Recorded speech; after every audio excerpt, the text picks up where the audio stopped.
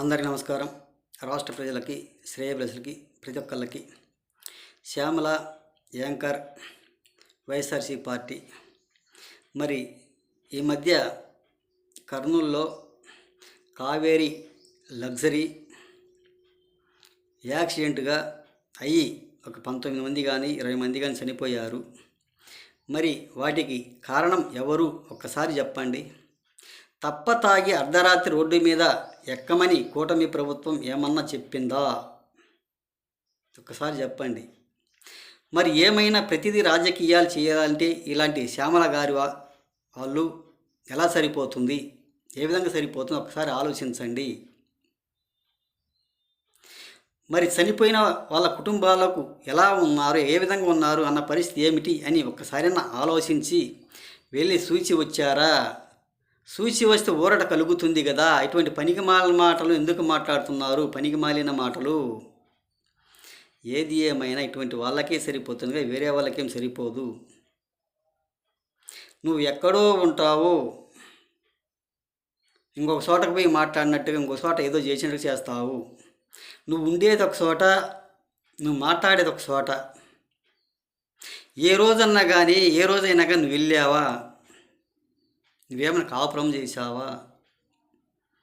ఒక్క చోట ఉండి ఇంకొక చోట మాట్లాడితే ఎలా సరిపోతుంది ఒకసారి చెప్పండి. ఏది ఏమైనా ఆ యాక్సిడెంట్ ఎలా జరిగిందో ఏ విధంగా జరిగిందో అది చూసిన వాళ్ళు కూడా కాదు. మరి డ్రైవర్ గారు ఆ విధంగా తోలుతుంటే ఏ విధంగా సరిపోతుంది? అదే పెట్రోల్ బంకులో పెట్రోల్ కొట్టాడో కొట్టలేదో తెలియని పరిస్థితి. అలా వెళ్ళటం ఏ విధంగా ఉంటుంది? వాడు ముందుగానే డ్రైనేజ్కిన గుద్ది ముందుగా చనిపోయి ఉంటే ఈ వెహికల్స్ కావేరీ ట్రావెల్స్ అనేది ఒక పర్లంగా 2 పర్లంగా కానీ బస్సు కింద ఈడ్చుకొని పోతూ ఉంటే పెట్రోల్ ఉంది కాబట్టి ట్యాంకర్ పగిలిపోయి పెట్రోల్ కారు ఉంటుంది. ఆ కావేరీ ట్రావెల్స్కి వైర్ నిండా డీజిల్ పాకి ఉంటుంది కాబట్టి పగిలిపోయినందువల్ల బస్సు తగలపడి ఉండవచ్చు నిప్పులు వచ్చి. ఏది ఏమైనా శ్యామల గారు ఒకసారి చూసి ఆలోచించండి. మీరు ఎక్కడుంటారో, ఏ విధంగా ఉంటారో అలా తెలియని పరిస్థితి. ఎక్కడో ఉంటారు, ఏదో మాట్లాడుతుంటారు. నీకు ప్యాకేజీ అందితే సరిపోతుంది, పనులు చేయటానికి చేత కాదు.